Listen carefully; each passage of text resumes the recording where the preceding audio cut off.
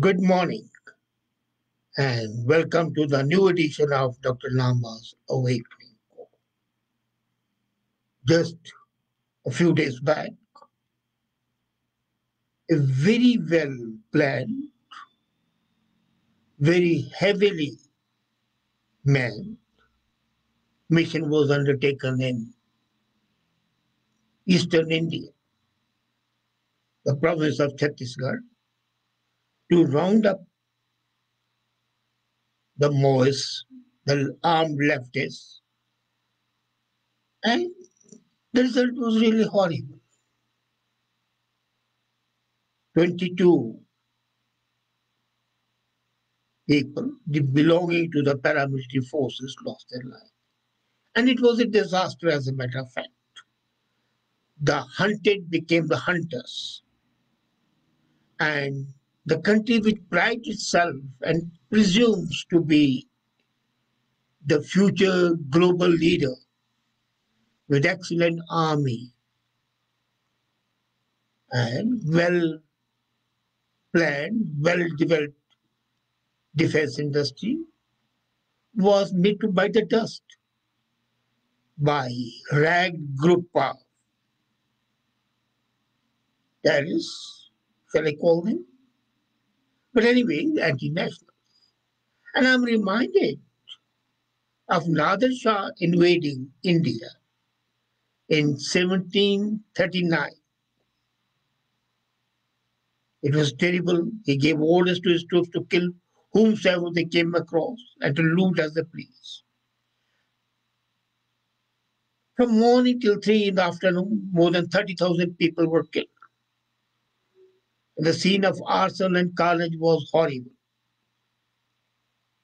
Why did it happen? It happened because the people of Delhi and the government of Delhi was not prepared. The Mughal government had gone bankrupt financially, grown corrupt and inefficient, and they were not bothered. One thing which struck me at that time was that the roads and passes were neglected and everyone passed and repassed, unobserved, and no intelligence was given to the court about what was happening. Now, here, if you look at it, the infrastructure facilities in Chhattisgarh are exactly the same, are exactly the same. The roads and the passes are neglected, but this time they say the intelligence was given.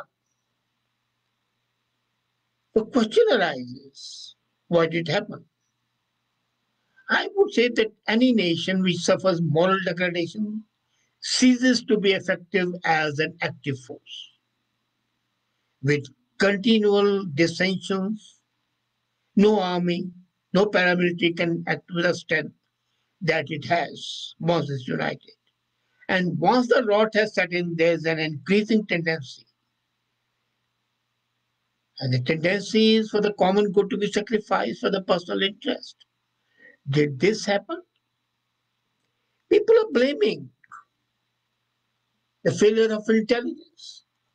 But if it was a well planned action involving more than 1,000 people, having manpower from all parts of the military arms, whether it was CRPF, it was Special Force, and SDF, DRG, Chhattisgarh Police, Cobra units, close to 1,000 people. 6 of the 8 Bijapur teams were launched, and of the 6 teams, 3, including Special Task Force and Cobra team, were launched, and yet they failed miserably. Would you believe that the operational plan was for them to travel 11 and 12 kilometers south of Taram, respectively? One was to go to Alipura, the other was going to Jangula. And then when they were gone deeper in the jungle, they were covered by fire. And this faced fire. What went wrong? What went wrong was that they were not prepared. Actually, they walked into that trap. And it's quite possible that they were not aware that the Naxalites had much superior weapons and they were using them in abundance. But there are other red flags as well, which nobody talks about. The two villages that the security personnel passed, Jiragaon and Teklagaon, they were completely empty. Now, when the army is passing through and they're going for a certain job and they find that the whole village is deserted, not a single soul is there, that should send the alarms bell ringing. Why the commanding officer at that time of that unit not inform the headquarters that there is not a single person? Maybe those people are aware of the impending thing. So the intelligence was much more strong on the part of the Naxalites, the Maoists. I prefer to call them goons. This alone should have been sufficient to send the signal, and the officer who failed should be hauled up on the burning coals. And one Jawan says that he smelled that something was wrong. He managed to escape the ambush using a road through the jungle. And if he could escape, why could they not escape? Others. The Saturday gun battle began around 12 kilometers from Tarim camp, from where they had started. That's it. And the security personnel tried to seek shelter in the houses, but they were attacked with bullets, UPGLs, hand grenades, and the personnel were chased down the hill. Now, what a sight it is that the elite units of the paramilitary forces, including Special Force, SDF, they are being chased, 7 of their bodies lying open, unprotected. And according to Chhattisgarh police, the operation was launched on the basis of intelligence input on the press of Hidma, the commander of the lethal battalion of the Maoists. BRA confirmed that the gun battle had the telltale signs of the Hidma battalion. So, what happened? The presence of 60 to 70 Maoists was reported. The intelligence bureau input puts at 40 to 50, and they were faced with 400. So, what sort of intelligence the forces had? Was it not a shock that there are three pieces of intelligence and all three are contradictory? I know there are people here in India who rationalize the latest act of terror by the most terrorists. It is true that casualties were prima facie the gap of the local level intelligence gathering and policing. There is no doubting that the judgment work has not been undertaken with a blinding speed that should have been taken. But it is equally true that a virtue has been made of the causes that underwrite India's insurgencies, whether they are in Bastar or whether they are in Bandipora. A section of mainstream urban left intellectuals have romanticized the demonic pursuits of Afzal gurus and Yaqub barons. And even the judicially mandated death sentences are called judicial murder. These people have been turned into true sons of soil. So there's a charm of Robin Hood being invested, and that's why the local population helps them. How can security forces be successful when the opponents are held by the local police? And these misguided elements are merely mercenaries, let's be very clear, for an uncompromising religious fundamentalism who are hooked to the idea of making easy money out of nations' arch enemy. They are being funded, helped by the China, because They have to thwart India's geopolitical rise. And this nobody will talk about, lest the Red Dragon should object to it. Or Delhi should feel that it is incapable of impeding the impact of Chinese, whatever. If you look at it, the history sheets, they'll show you that the rapacious landlords are still powerful in that part of the world. People are still exploited. So if the fruits of democracy, if the fruits of development have not gone to those people, why should they help you? It's very easy to say that we want it done. But you can get something done provided you are capable and doing it.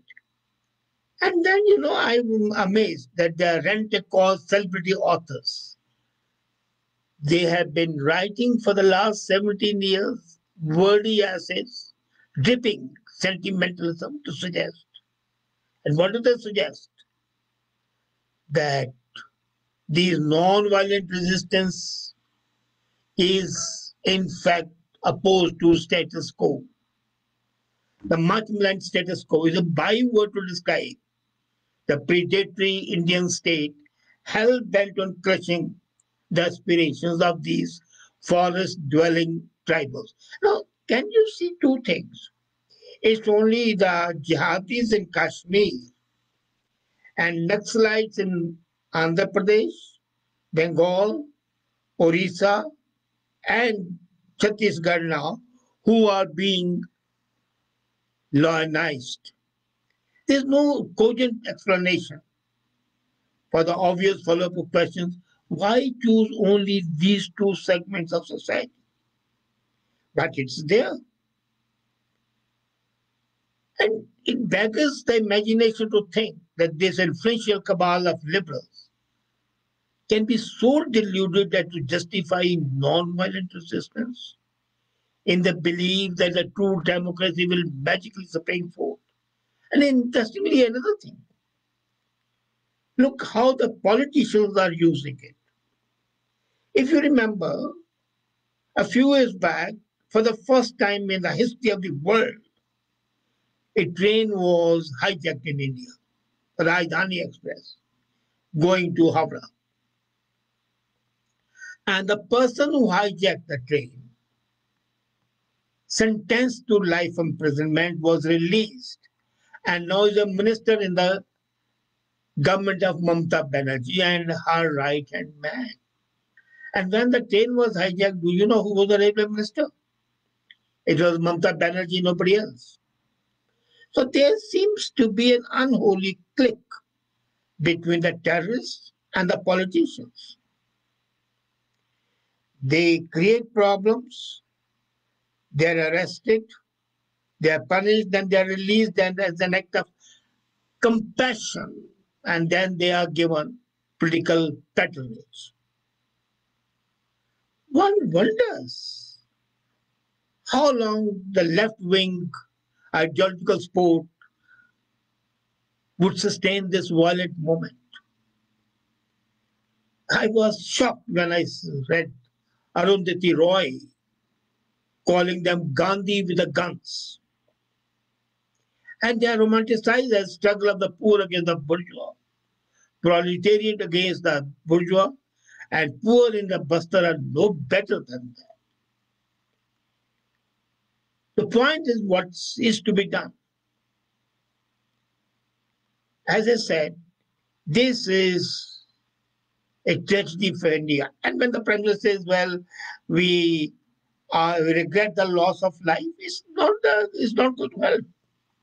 And today, imagine one of the Cobra commandos arrested by the terrorists. Now they are saying that, okay, we are willing to release, appoint some negotiate with us. Can you permit a gangster to negotiate with a sovereign country? It is shocking, but still they are doing it. The point is, what is the problem? The problem is, A, The people are not with the security forces and the government. And why are not they there? Because their economy is dependent not on the help of the people, but on these terrorists. There, the government is not doing anything. So, when there are large movements, normally in large operations, senior officers fly in and fly out, travel between the camps. This was not done. Why is it that the small team that hit base were based on scanty intelligence and that was not related, rather it was not correlated? Optimally, the question would have to be asked how 21 Jawans, including elite Cobra fighters, got left behind. There's a question by Shimalu Sitapalli, comment rather, that the politicians of the affected states do not want most problems to end. That I have agreed. I mean, that's why I've given you the example of Mamata Banerjee helping Charu, made him a political leader. And he goes on to say, dole given by the center and the cut off therefore should continue. And the people would say, sandwich between the government and the Maoists. This is the worst part. And whether it's BJP or whether it's Congress, both are equally guilty of this. If you look at the history, you would find that both governments are responsible. And then, this time, Chhattisgarh, where Chief Minister was criticized, this is not the fight for the political warfare. The problem is when Manmohan Singh in 2010 called the biggest internal security facing our country are these Maoists. After that, 20 years have passed, 2 decades. What has the government done? Neither Manmohan Singh nor Modi has given any attention to the biggest internal security challenge facing the country. I agree, Manmohan was inefficient, but Modi is efficient with his 56-inch chest. We do not have deterrence against these people. The doyen of deterrence theory is Thomas Schelling. Way back in 1966, I remember, we met and he said that the brute force of adversaries cancels each other, but pain and grief do not. So just sympathizing with the dead is not going to help. The successive governments in the last 2 decades have not done anything to win hearts. They have not done anything to make the life easy for the tribals living there. The dense jungles, the poor road connectivity, they preclude the deployment of security forces. So what to do? There are two ways. Or rather, there is one way. There is a coordinated effort. On the one side, have development, infrastructure development on one footing. Forget about the New Delhi getting new workforce. Forget the bullet trains. Build roads, build bridges, build infrastructure, and give jobs to the local people. Don't have the outsiders go there. Then have technology and use it for gathering intelligence, making plans, deploying forces, and executing operations. I fail to understand in this age why can't you use the drones to see where they are going? The other is I was talking to some people in Washington and in Jerusalem and in Delhi. The other way can be set up a perimeter, have the forces surround that area, and then start moving in. Slowly and steadily, the circle will become narrower and narrower. And when they are within, shoot to kill. This is not the time to work as sissies. The soldiers should be given the orders directly, no prisoners to be taken. I know it sounds harsh, but Drastic diseases need drastic remedies. UAVs of IEF and NATO should have been deployed for this. They have not been. It is surprising that the technical capability of force is not being used. Remember, the biggest loss was not these 22 soldiers. In 2010, when Manmohan said is the highest internal problem, 76 CRP soldiers were killed by these very people. Then in 2012, 6, 9 in 2011, 25 in Sukma in 2017, and goes on and on. Show me a time when it was peaceful. So perception is more important than the actuality. Now let's not forget that. And perception is that the government of India is failing, and these few hundred people are more strong. I didn't say stronger, appear to be strong as compared to the visible force that India sent. So you need to show your strength. You and not only strength, but you have got to show the will to carry the threat. This is not a time to be lily hearted. This is not the time to think of the human rights of the terrorists. It's the time to think of the country, the unity, and facing the anarchy that might result otherwise. So you need to create a red corridor, a perimeter, have forces start moving in. At the same time, start with the infrastructure development, strengthen your intelligence, make the people in that area your intelligence suppliers rather than the other way out. Until and unless the locals are made sure that the state has the upper hand and not the Naxalites, you will not be successful. So let the government show that it is really capable, and that's the way you can call it successful. Call of the bluff of the people that the Naxalites are strong. Show them as gangsters, show them as goons, show them as anti-people who need to be killed. They're the vermin who need to be wiped out.